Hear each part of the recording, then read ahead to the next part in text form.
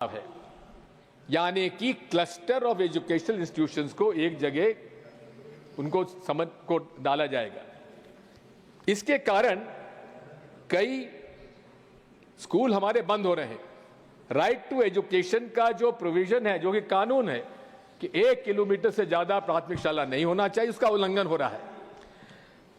हालांकि school education के पास इसका कोई रिकॉर्ड नहीं, जब हमने पूछा उनसे, लेकिन एक उत्तर में उन्होंने बताया कि इस देश में 2014 से लेकर 2024 के बीच में 90,000 शासकीय स्कूल इस देश में बंद कर दिए गए। अब जो स्कूल बंद किए गए हैं उन please sir, I am not yielding sir, I am not yielding sir, I am not yielding, let me finish. माननीय तिवारी जी हमारी समिति के सदस्य हैं, उसमें हम लोगों की इसमें चर्चा हुई है, उनकी सहमति थी उसके अंदर। मैं इसी की बात कहना चाहता हूं कि जहां ग्रॉस एनरोलमेंट रेशियो बड़ा है, हम स्वीकार करते हैं, जीईआर बड़ा है, वहीं ड्रॉप आउट रेट कम हुई है, हम उसकी प्रशंसा करते हैं। लेकिन यदि जब जीईआर बड़ा है और ड्रॉप आउट रेट कम हुई है तो छात्रों की संख्या बढ़ी है। लेकिन छात्रों की संख्या जब बढ़ी है तो क्या शिक्षकों के पद बढ़े? क्या उसके लिए समग्र शिक्षा अभियान के अंतर्गत बजट बढ़ा है? बजट नहीं बढ़ पाया है। मैं आपसे अनुरोध करना चाहता हूं, यही नहीं है, मध्य प्रदेश का मैं आपसे कहना चाहता हूं, 30,000 स्कूल बंद किए गए। और साथ में अब आप बताइए, जो गरीबों के बच्चे शासकीय स्कूल में पढ़ते हैं वो कहां जाएंगे? वो निराश होकर उन्हें निजी स्कूलों में जाना पड़ेगा। और ये अब बताया जा रहा है कि लगभग 50,000 नए प्राइवेट स्कूल खुले हैं 2014 के बाद, जो फीस लेंगे। इसका मतलब यह है कि जो हमारा एक शंका थी कि न्यू एजुकेशन पॉलिसी गरीबों के लिए महंगी होगी और साथ में शिक्षा के उच्च शिक्षा में भी कई कारण जो मैं बताऊंगा महंगा होगा। मैं अनुरोध करना चाहता हूं कि आरटीई में 3 साल से 18 साल, इसमें एनईपी में 3 साल से 18 साल तक का संकेत किया गया है और ड्राफ्ट पॉलिसी में भी ऐसा है। इसलिए अनुरोध करूंगा कि राइट टू एजुकेशन पॉलिसी में भी जो बच्चों का जो 6 साल से 14 साल तक का प्रावधान है उसे बढ़ाकर 3 साल से 18 साल तक किया जाए। मेरा यह भी आपसे प्रार्थना है कि हमें जो बच्चे स्किल दूसरे उसमें 8वीं कक्षा के बाद, हमें इसका थोड़ा सा सर्वेक्षण करना चाहिए, काउंसलिंग करने की आवश्यकता है कि जिस बच्चे में जो हुनर है उसकी तरफ उसे स्किल डेवलपमेंट की तरफ लाना चाहिए।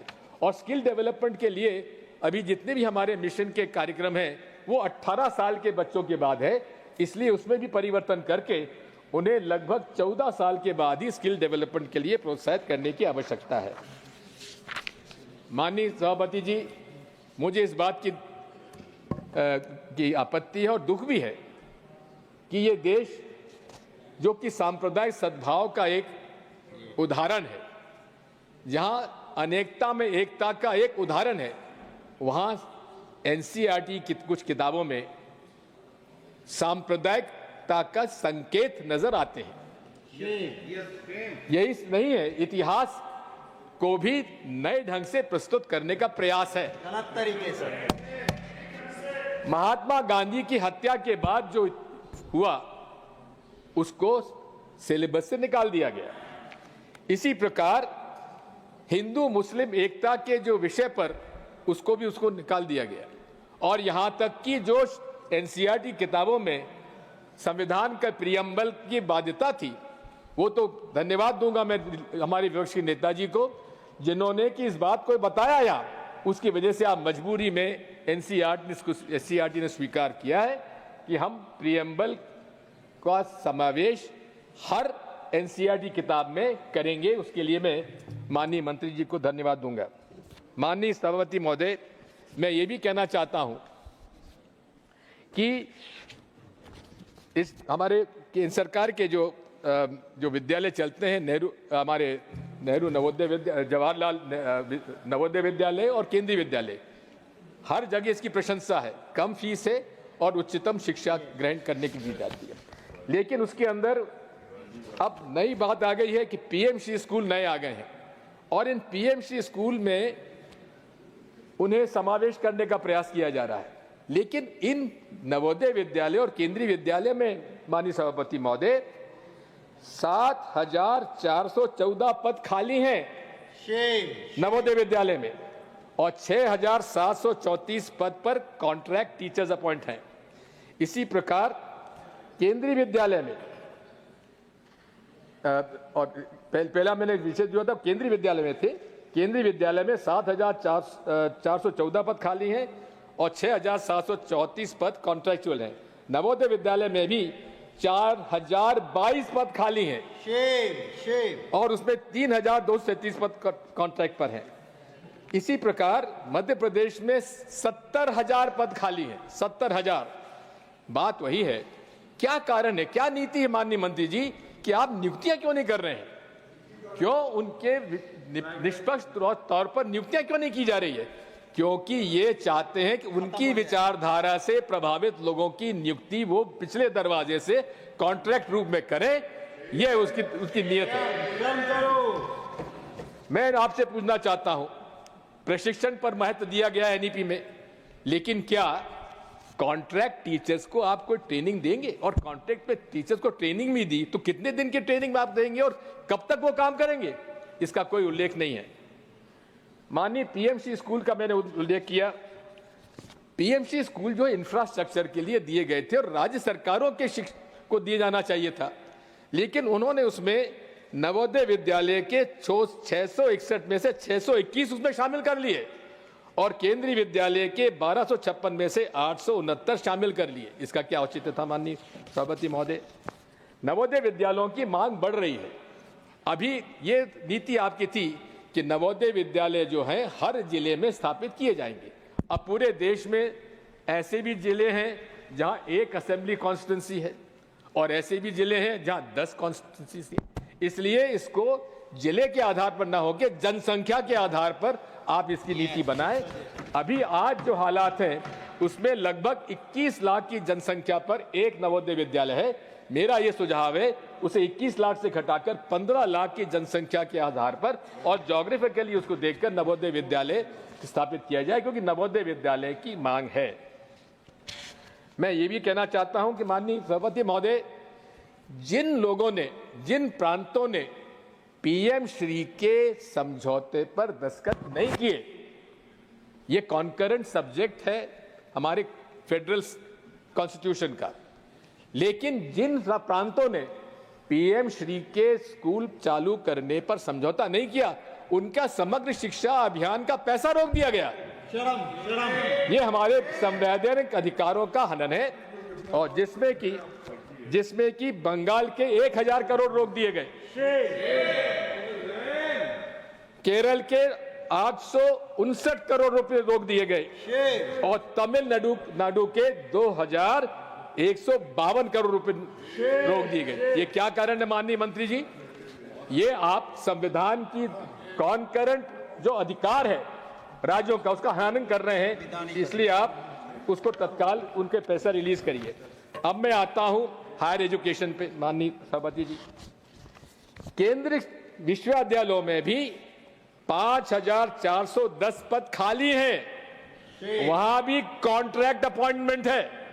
अब आप बताइए, ये जाने माने तरीके से अपने लोगों को बैकडोर से एंट्री कराने का ये कुटिल योजना है, प्रयास है। मैं ये भी निवेदन करना चाहता हूं कि क्या इससे हमारे एसटी, एससी, ओबीसी के लोगों को उनकी नियुक्तियों का हनन नहीं हो रहा है?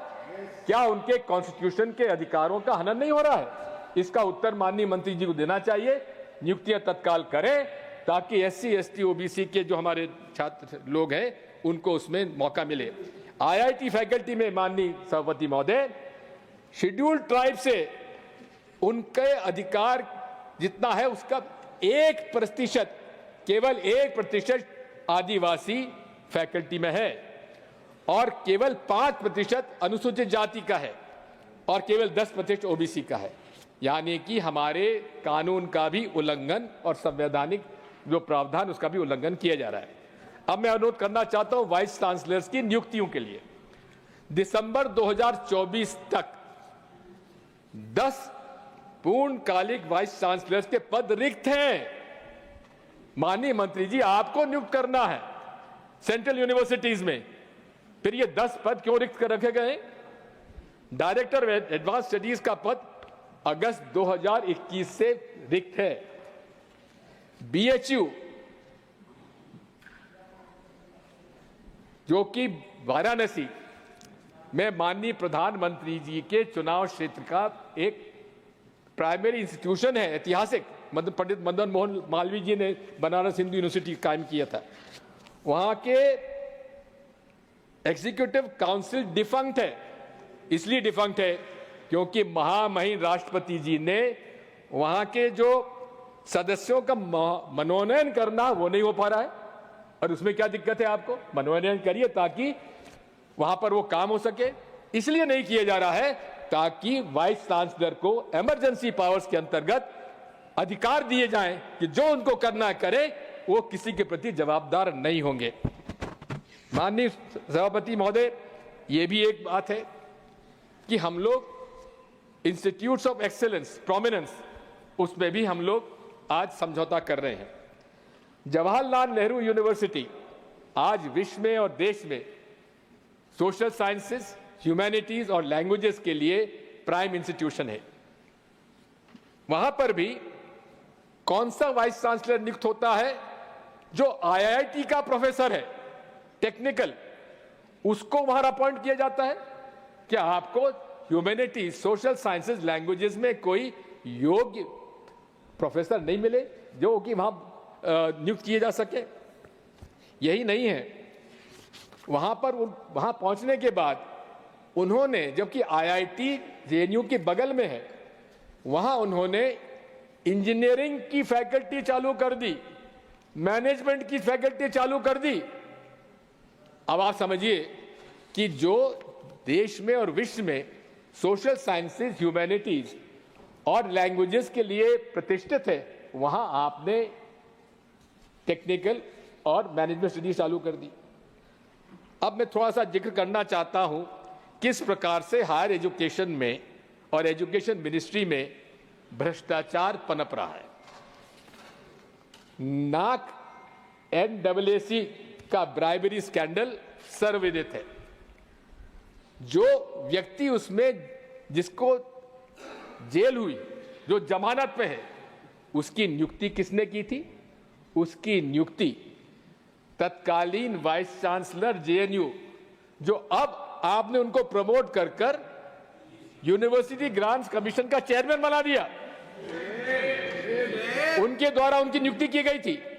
और नियुक्ति हो जाने के बाद डायरेक्टर मैनेजमेंट स्टडीज की नियुक्ति की गई, और डायरेक्टर मैनेजमेंट स्टडीज की नियुक्ति वहां हो जाने के बाद जब यूनिवर्सिटी ग्रांट्स कमीशन के चेयरमैन बने वहां के वाइस चांसलर, तो उन्होंने उन्हीं महाशय को नैक में अपॉइंटमेंट दे दिया, क्योंकि नैक के गवर्निंग काउंसिल के अध्यक्ष कौन है? यूनिवर्सिटी ग्रांट्स कमीशन के चेयरमैन काउंसिल। यानी कि कुछ समझौता या समन्वय या जो भी पार्टनरशिप हो, वो उन दोनों में नजर आती है।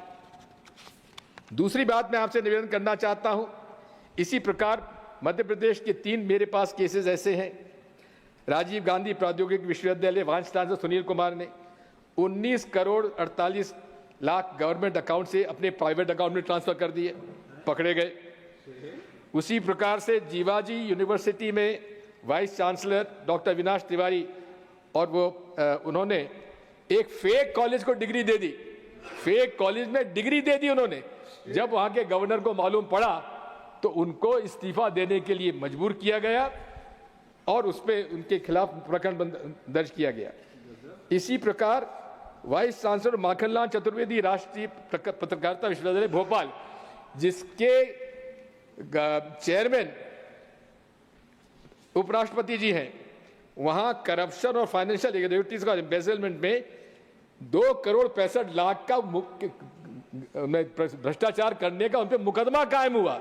और मुकदमा कायम होने के बाद वो वहां से भागे और उसके बाद उन्हें हरियाणा का वहां पर उन्हें स्टेट हायर एजुकेशन काउंसिल का चेयरमैन बना दिया गया। माननीय सभापति जी, IITs इस देश में स्थापित किए थे पंडित जवाहरलाल नेहरू ने, जिनके कारण आज पूरे विश्व में नाम है भारत के इंजीनियर्स का। IIMs के माध्यम से हमारे नाम है हमारे भारत का, जिसको कि पंडित जवाहरलाल नेहरू ने कहा था these are the temples of the modern India. वहां पर एक ऐसे व्यक्ति की नियुक्ति हुई है जो कहते हैं कि IIT डायरेक्टर मंडी, वो कहते हैं कि जो अब नड्डा जी आप तो इसको समझ लीजिए कि वहां IIT का डायरेक्टर मंडी का कहता है क्या यहाँ पर जो भूमि स्खलन हो रहा है, इरोजन हो रहा है, वो इसलिए हो रहा है कि यहाँ के लोग मीट खाते हैं। अब बताइए, मीट खाने वाला व्यक्ति जो है उसकी वजह से वहां पर हिमाचल प्रदेश में आपके राज्य प्रांत में इरोजन हो रहा है। अब आप समझ लीजिए, इसी के साथ साथ और भी बातें थी। एक NIT के प्रोफेसर दक्षिण भारत के, उन्होंने कह दिया कि नाथूराम गोडसे ये राष्ट्रभक्त थे। ये विचारधारा किस प्रकार से विचारधारा से प्रभावित होकर न्यू एजुकेशन पॉलिसी लागू की जा रही है, हमें उस बात की आपत्ति है। मैं आपसे उदाहरण 2 का और देना चाहता हूं। इसी में NCERT में इस बार कल लगभग 20% कंसेशन पे टेक्स्ट बुक बांटी गई। कारण यह है कि वहां पर उन्होंने इस बात का ध्यान दिया कि निष्पक्षता से कागज की खरीद होना चाहिए। मैंने जब उनसे पूछा तो उन्होंने बताया कि इस भाव में कागज खरीदा गया। तो मैंने उनसे पूछा कि पिछले 5 सालों में क्या रेट से कागज खरीदा गया। आज तक उसका मुझे उत्तर नहीं मिला है, लेकिन मुझे इसकी जानकारी मिली है कि भारी भ्रष्टाचार खरीद में होता है। मैं इसी के साथ साथ 2 ऐसे उदाहरण देना चाहता हूं। एक उदाहरण है एक ऑटोनॉमस माइनॉरिटी इंस्टीट्यूशन जो देश में विख्यात है, Saint Stephen's college.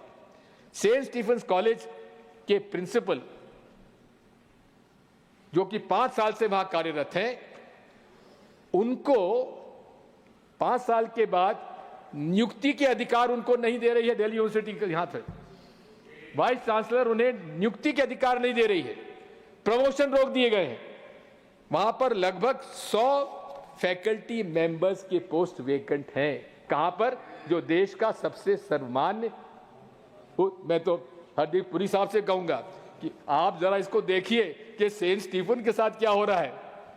Hindu college के, वो हिंदू कॉलेज के हो तो आपकी राइवलरी भले हो सकती है सेंट स्टीफन के साथ। तो बस इसमें निवेदन करता हूं कि इसमें 100 पद खाली। इसी प्रकार से JNU के अंदर भी, जो कि देश का एक प्रमाणित और विख्यात इंस्टीट्यूशन है, वहां 150 फैकल्टी मेंबर्स के प्रमोशन केस पेंडिंग है। 30 फैकल्टी एलिजिबल एसोसिएट प्रोफेसर अब भी असिस्टेंट प्रोफेसर बने हुए हैं। 30 फैकल्टी एलिजिबल प्रोफेसरशिप के लोग अभी भी असिस्टेंट प्रोफेसर बने हुए हैं। 50 फैकल्टी एलिजिबल फॉर प्रोफेसरशिप के वो अभी भी एसोसिएट प्रोफेसर बने हैं। यानी कि कुछ तो ऐसे लोग हैं कि उनके छात्र वो उनके सीनियर हो गए। ये हालत है JNU की, क्योंकि JNU एक ऐसी संस्था है जो गरीबों को, गरीब परिवार के बच्चों को उच्च श्रेणी की शिक्षा देती है, जिसके साथ ये समझौता किया गया है। मैं ये भी कहना चाहता हूं कि यूनिवर्सिटी ग्रांट्स कमीशन पहले ग्रांट दिया करता था, लोन नहीं देता था। अब नीति परिवर्तित की गई है और हायर एजुकेशन फाइनेंसिंग अथॉरिटी का गठन किया गया है। इसका मतलब यह है कि यूनिवर्सिटी ग्रांट्स कमीशन अब कोई ग्रांट नहीं देगा। हैफा के माध्यम से आप लोन लीजिए, और लोन लीजिए यानी कि लोन पटाइए। अब लोन पटाने के लिए उनको तो फीस बढ़ानी पड़ेगी। फीस जब बढ़ानी पड़ेगी तो प्राइवेट यूनिवर्सिटीज तो फीस बढ़ाएंगी और सरकारी यूनिवर्सिटीज को भी बढ़ानी पड़ेगी। मैं आपसे अनुरोध करना चाहता हूं कि इसमें विशेष तौर पर ध्यान देने की आवश्यकता है और यूनिवर्सिटी ग्रांट्स कमीशन को जो अधिकार था ग्रांट देने का वो कायम रखना चाहिए। अब स्कॉलरशिप्स में भी जूनियर रिसर्च फेलोशिप पेमेंट्स जो कि मिलना चाहिए वो महीनों तक उनको नहीं मिल पाते हैं। National living science talent search examination जो कि बजट के कमी के कारण बंद कर दी गई है। NSTSC जो कि स्कॉलरशिप और ग्रेड 9 के बच्चों को प्रोत्साहन देता था वो भी बंद कर दिया गया। Maulana Azad national fellowship scholarship for students minority community जो कि लॉन्च हुई थी उसको भी 2020 से समाप्त कर दिया गया। अब माननीय सभापति महोदय, कभी भी कोई टैक्स सरकारी यूनिवर्सिटीज पे नहीं लगता था। अब GST आने के बाद सरकारी यूनिवर्सिटी से भी GST ली जा रही है। सरकारी 18% शिक्षा बेचने की न्यू एजुकेशन पॉलिसी है ये। इसी के साथ साथ मैं निवेदन करना चाहता हूं, मेरा ये सुझाव है कि टेक्स्ट बुक और रिसर्च के जो भी इक्विपमेंट और सामान है और सरकारी और प्राइवेट यूनिवर्सिटीज पर GST और सारे टैक्सेस माफ होना चाहिए, हम लोग डिमांड करते हैं। रिसर्च पर भी विशेष तौर पर ध्यान देने की आवश्यकता है। पहले एक जमाने में जितना रिसर्च पर खर्च होता था वो रिसर्च धीरे धीरे कम होता जा रहा है। 9% शेयर जो इंडिया का एक्सपेंडिचर था रिसर्च डेवलपमेंट पे यूनिवर्सिटीज का, उसमें भी कमी की गई है। नीति आयोग ने खुद ने ये रिपोर्ट दी है कि इसमें इनोवेशन और कमर्शियल रिसर्च पर ज़्यादा खर्च करने की आवश्यकता है, जो कि नहीं हुआ है। 2021-22 में स्टेट यूनिवर्सिटी को 40% PhD स्टूडेंट्स को ये दिया जाता था, लेकिन अब स्टेट यूनिवर्सिटीज़ को इसमें लाभ नहीं दिया जा रहा है। मैं अंत में इतना ही कहना चाहता हूँ माननीय सभापति महोदय कि इस बारे में रिसर्च में जो हमारे रिसर्च साइंटिस्ट हैं जिनको पेटेंट की राशि मिलती है उस पर भी कोई टैक्स नहीं लिया जाना चाहिए। एज एन इंसेंटिव उनको अपने पेटेंट से रॉयल्टी मिलती है, उसको रखने के लिए मौका दिया जाना चाहिए। माननीय सभापति महोदय, आई विल कंक्लूड। हालांकि मोदी जी कहते हैं सबका साथ, सबका प्रयास, सबका साथ, लेकिन करते हैं कुछ लोगों का विकास। शिक्षा के अंदर भी आप देखेंगे सांप्रदायिक रंग दिए जाने के संकेत हैं, करिकुलम में भी सांप्रदायिकता के संकेत है, नियुक्तियों में भी भेदभाव किया जा रहा है। अब आप विश्वगुरु बनना चाहते हैं। आप जब तक सुशिक्षित भारत नहीं बनाएंगे तब तक विकसित भारत नहीं होने वाला, माननीय सभापति महोदय। और इसीलिए मैं आपसे अनुरोध करता हूं कि आज हालत यह है कि 1947 में 2 देश आज़ाद हुए, एक पाकिस्तान हुआ और एक भारत हुआ। पाकिस्तान ने कौन सा रास्ता चुना? थियोक्रेटिक, यानी कि थियोक्रेटिक स्टेट चुना जो धर्म के आधार पर था। आज की हालत देख ली, उसकी हालत क्या है। दूसरी तरफ भारत ने लिबरल मॉडर्न सेक्युलर डेमोक्रेसी चुनी और आज हम लोग कहां पहुंचे हैं। इसलिए साथ मैं आपसे अनुरोध करना चाहता हूं कि विचारधारा की लड़ाई हमारी है और माननीय सभापति जी, विचारधारा के आधार पर यही देश में आज संघर्ष चला हुआ है, जिस संघर्ष में हम पूरे तरीके से उन लोगों के साथ हैं जो पूरे देश में सबका साथ, सबका विकास और सब लोगों एक साथ लोग के काम करेंगे और सबको सुशिक्षित करेंगे, एक्सेस देंगे, क्वालिटी एजुकेशन देंगे, तब हम लोग उसमें विकास कर पाएंगे। आखिर में मैं इतना आपसे कहना चाहता हूं, हमारे पुरी साहब, हरदीप पुरी साहब इस बारे में ध्यान रखते होंगे। एक पाकिस्तान की मशहूर शायरा है फहमीदा रियाज। फहमीदा रियाज ने जब यहाँ की घटनाएं देखी तो उन्होंने एक कविता पढ़ी और नज़्म लिखी। उस नज़्म में कुछ मैं पैरा आपको बताता हूँ। तुम भी बिल्कुल हम जैसे निकले, यानी कि पाकिस्तान की शायरा कह रही है, भाई भारतीय तुम भी हम जैसे निकले, अब तक कहां छिपे थे भाई? वो मूर्खता, वो घामड़पन जिसमें हमने सदी गंवाई, यानी कि एक सदी पाकिस्तान ने गंवा दी, आखिर पहुंची द्वार तुम्हारे। अरे बधाई, बहुत बधाई। ये हालत आपकी विचारधारा ने, आपके 11 साल के शासन ने और आपकी 2020 की शिक्षा नीति करने जा रही है, इसलिए हम आप इसका विरोध करते हैं। धन्यवाद।